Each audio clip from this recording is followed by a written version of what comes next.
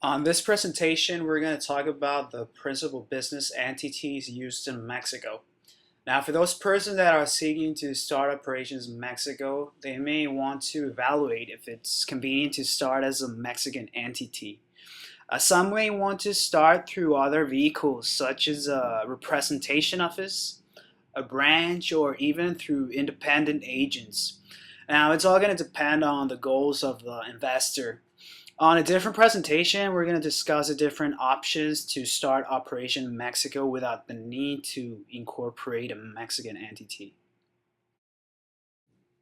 So here's a brief content of what we will cover.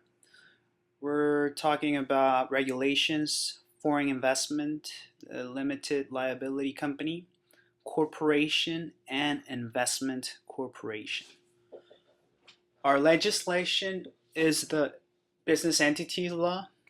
There you have the name, Spanish if you want to know it. Stock market law, foreign investment law, commerce code.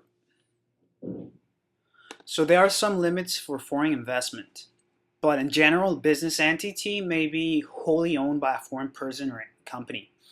The only industries reserved to the Mexican state and Mexicans are those concerning petrol, natural resources, public broadcasting services, and transportation, except for package delivery.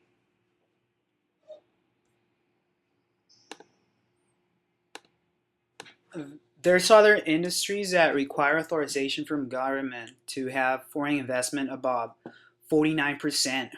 Some of them are schools, seaport services, law firms, and mobile phone companies. The most commonly used business entities are the SRL, or Limited Liability Company, and the SA, or Corporation. SRL is similar to a US LLC. These are taxed as partnerships in the US. On the SRL, partners are liable only up to the amount of the contributions. So if a partner has a contribution of 1,000 pesos, that would be his limit of liability. This type of company issues partner shares instead of stock, which is issued by the SAs. Partner shares are not negotiable instruments, and they may only be transferred by authorization of the majority of the partners. Some other requirements of the SRLs, this require at least two partners to be formed. This may be persons or other companies, either foreign or national. They may not have more than 50 partners, and there's no minimum capital required, so it can be as low as 1 peso. So we're going to go a little back to talk about the partners' shares. So these shares, in order to be transferred, as we said before, they have to be authorized by a majority of partners. The way it works is that partners would have a meeting, and in this meeting they would need to authorize the transfer of the shares and the person who's going to acquire those shares. And after they are authorized, they would need to enter a transfer agreement between the partner and the person that's going to acquire them. Another particularity is that partners may not have more than one share. So the share represents the amount of the contribution of the partner. So his voting capacity is going to be determined by the value of the share. So that the higher the value of the share, the higher that it's going to be the voting capacity. So social shares, they may be divided if agreed on the company's bylaws. So a person holding one share of, let's say, 1,000 pesos may divide it in 700 and 300, and then transfer only the 300 to someone else. But he may not hold two shares if they are divided. SRLs need to have a registry, and these are the requirements for the registry.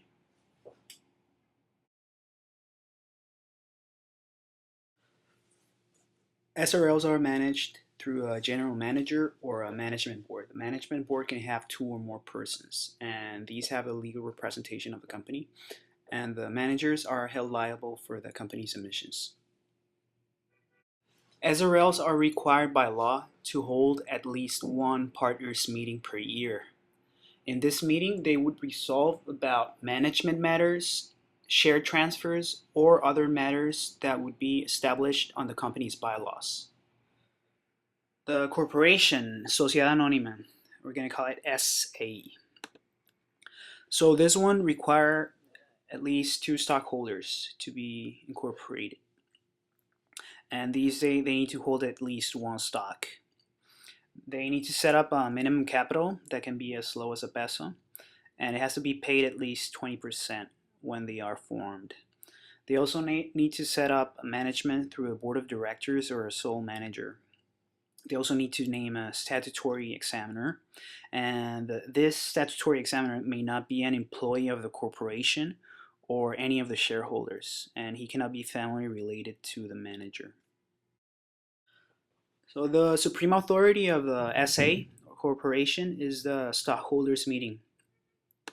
Stockholders meeting needs to be gathered at least once a year, and the law establishes 2 types of meetings: the ordinary, that resolve about management matters, and extraordinary, that resolve about amendments to the bylaws and other. These meetings must be recorded in a minute. If the meeting is extraordinary, then the minute must be formalized before notary public. Here's a table with the difference between the shares and the stock. Main difference: stock are negotiable instruments. They can be easily transferred. Shares, non-negotiable instruments. The SAPI, or Investment Corporation. SAPI is the initials in Spanish for Sociedad Anónima Promotora de Inversión. So SAPIs are governed by the stock exchange law, not by the business entities law. So it grants special guidelines that are not applicable to the SA corporation. These types of entities are used for companies that are seeking private funding. Advantage is that the stock issued by the SAPI may be restricted in many ways. For example, you can issue stock without voting rights, or stock without equity rights, or even vesting stock for future enjoyment. This will all depend on the nature of the business, of course, and the interests of the investors. They're a very good option for startups. Here we have the main differences between the SA and the SAPI. Main differences are on the stock, that in the SAPI they can be restricted in many ways, in the SA they cannot. Finally, the SAPI can acquire its own stock. SAs cannot do that. This would be done if the SAPI wants to reserve certain percentage of the capital for future investors. And the SA, you would need to increase the capital in order to issue more stock. Thank you for your time. This is the end of the presentation. Feel free to contact me directly or leave a message on our blog. Thank you. Bye.